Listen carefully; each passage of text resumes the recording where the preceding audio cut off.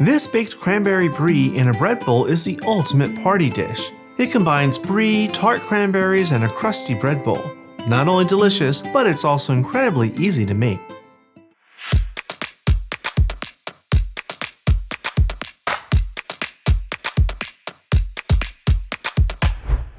Hi everyone, welcome to Let's Celebrate TV. I'm your host, Peter Lee. Today, our celebration is gonna be kind of cheesy because we're making a baked cranberry brie in a bread bowl. And what is that? That sounds really complicated, but it isn't. It's a really great appetizer. Warm, bubbly cheese paired with crunchy pecans and sweet cranberry sauce, all in a bread bowl. It's delicious.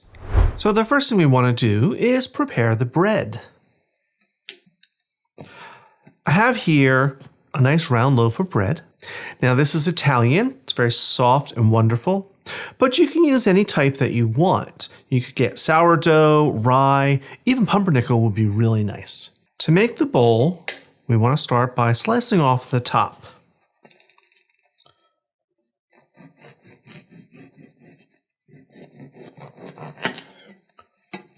Just like that. Now, I'm taking this off, but we want to reserve this for later. So now, I have a loaf of bread. How do I get a bowl? So how do we get a bowl out of this? I'm going to use the container for the brie, and we'll talk about the brie in a bit. But I'm going to use this as a guide. So really, you can just kind of do that. It makes you a nice round shape. Then you can use a small paring knife to just cut down a little bit. You don't want to go through the bottom of the bread. Now you can just scoop this out with your fingers. And again, don't go all the way down, but take a good part of it out. And we're going to reserve this too. Now let's talk about the cheese. We're using Brie today. Here's mine. This is 8 ounces, 226 grams of triple creme Brie. Now, this is the kind that I get. It says triple creme. There are other types. There's double creme, and then there's regular Brie. The triple creme has the most butter fat. It's going to melt really easily and get really liquidy and luscious and gooey. But this is how it looks once it's unwrapped. Now it has a rind on it. Some people like to remove it. It's not necessary, but I'll show you how easy it is. It's perfectly edible, but some people just don't like it. All I do is, with a sharp knife, just scrape it off.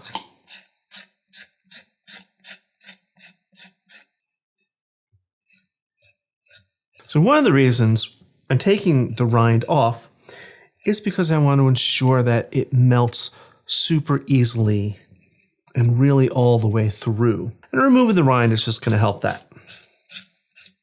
It's okay if you don't get it all, but you're getting most of it off. So here's my brie with the rind removed. We just want to cut it up in some pieces.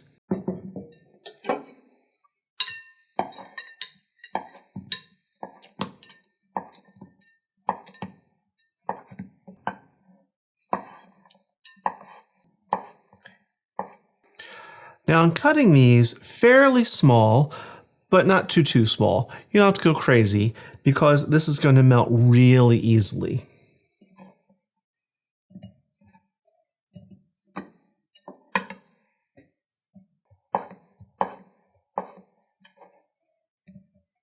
Here's my brie all cut up. Now let's add some more flavors. First, we're going to add some cranberry sauce. This is 4 ounces, 113 grams of whole berry cranberry sauce. You really want to get the whole berry kind because you want the texture from the whole cranberries in with the creamy brie. Pecans are next. This is 2 ounces, which weighs out to about 56 grams of chopped pecans. You could use walnuts, and you don't have to chop them finely because, again, you want that texture. Next up, is rosemary. Now this is 1 tablespoon of freshly chopped rosemary. I chopped it really, really finely, and you want to get fresh rosemary, not the dried. If you don't care for it, or if you can't find it, you could use fresh thyme instead. The same amount, 1 tablespoon. And I'm going to give this a mix.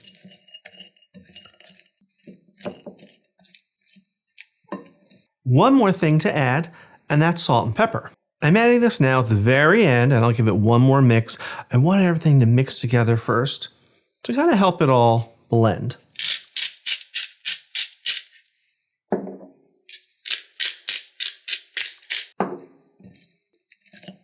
Now this doesn't have to be mixed up perfectly. It's okay if you have chunks of cheese stuck together. It will be fine. All right. Here's my bread. I have it on a rack on a baking sheet. And we're just going to pour this into this bowl.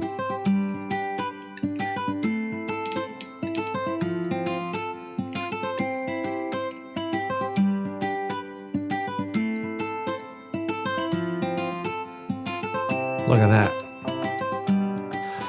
All right, this is ready for the oven. I'm going to bake this at 375 Fahrenheit, which is 190 Celsius, for 20 to 25 minutes. And what that's going to do, the bread will get all toasty and crusty, and this cheese and cranberry is all going to melt down together and get all bubbly. So off to the oven. Here we are out of the oven, and this is just looking and smelling wonderful. It's all melted. I put a little sprig of rosemary just for prettiness sake. At this point, if you wanted, you could put a little more of your cranberry sauce on top, or you can just dive right in, which is what I'm going to do right now.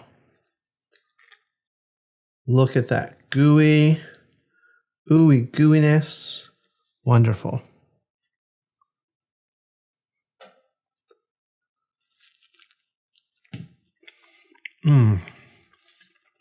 Oh yeah. The cheese has this wonderful earthiness and creaminess to it. And then that tart and sweet cranberry comes in. The rosemary gets you back here. In the background, it's not overpowering. And then you get that little bits of crunch from those pecans. It's wonderful. Now, a fun way too, you could spoon it out, or you could dip with a crostini, or maybe go fondue style, like that. And this is great with cocktails. I'm going to wash this down with a sip of Manhattan tonight. All right, if you like this episode, sign up for our newsletter and get the recipes in your inbox. Then help us grow the channel by hitting the subscribe button, smashing that like button, and hitting the notification bell so you'll never miss an episode.